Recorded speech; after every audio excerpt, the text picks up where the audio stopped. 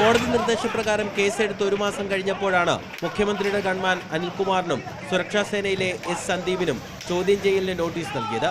തിങ്കളാഴ്ച ഹാജരാകണമെന്നായിരുന്നു Alappuzha south police തിരുവനന്തപുരത്ത് നേരിട്ടെത്തി അംഗരക്ഷകർക്ക് നൽകിയ നോട്ടീസിലെ നിർദ്ദേശം.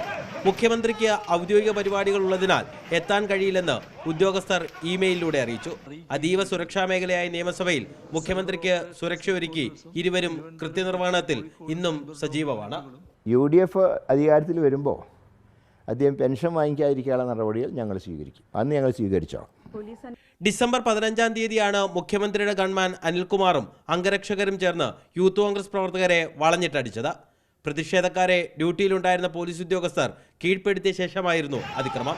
ലാത്തിച്ചാർജിൽ പരിക്കേറ്റവർ SP-ക്ക് ഉൾപ്പെടെ പരാതി നൽകിയെങ്കിലും ഒരു നടപടിയും ഉണ്ടായില്ല. തുടർന്ന് കോടതിയെ സമീപിച്ചു. ഉത്തരവിനെ തുടർന്ന് കഴിഞ്ഞ മാസം 23-ാം തീയതി FIR രജിസ്റ്റർ ചെയ്തു. ഗൺമാൻ അനിൽകുമാറാണ് കേസിലെ 1-ാം പ്രതി. സുരക്ഷാ സേനയിലെ എസ് സന്ദീപും കണ്ടാലറിയാവുന്ന ഉദ്യോഗസ്ഥരുമാണ് മറ്റു പ്രതികൾ. സ്റ്റേഷൻ ജാമ്യം ലഭിക്കുന്ന വകുപ്പുകളാണെങ്കിലും കോടതിയിൽ കുറ്റം തെളിഞ്ഞാൽ 7 വർഷം വരെ തടവ് ലഭിക്കും. അംഗരക്ഷകരെ സംരക്ഷിക്കുന്ന നിലപാടാണ് ആദ്യം മുതൽ മുഖ്യമന്ത്രിയുടേത്.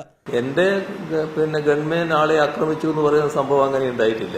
ഞാൻ കണ്ട കാര്യം ഞാൻ പറഞ്ഞിട്ടുണ്ട്. മാതൃഭൂമി ന്യൂസ്, ആലപ്പുഴ.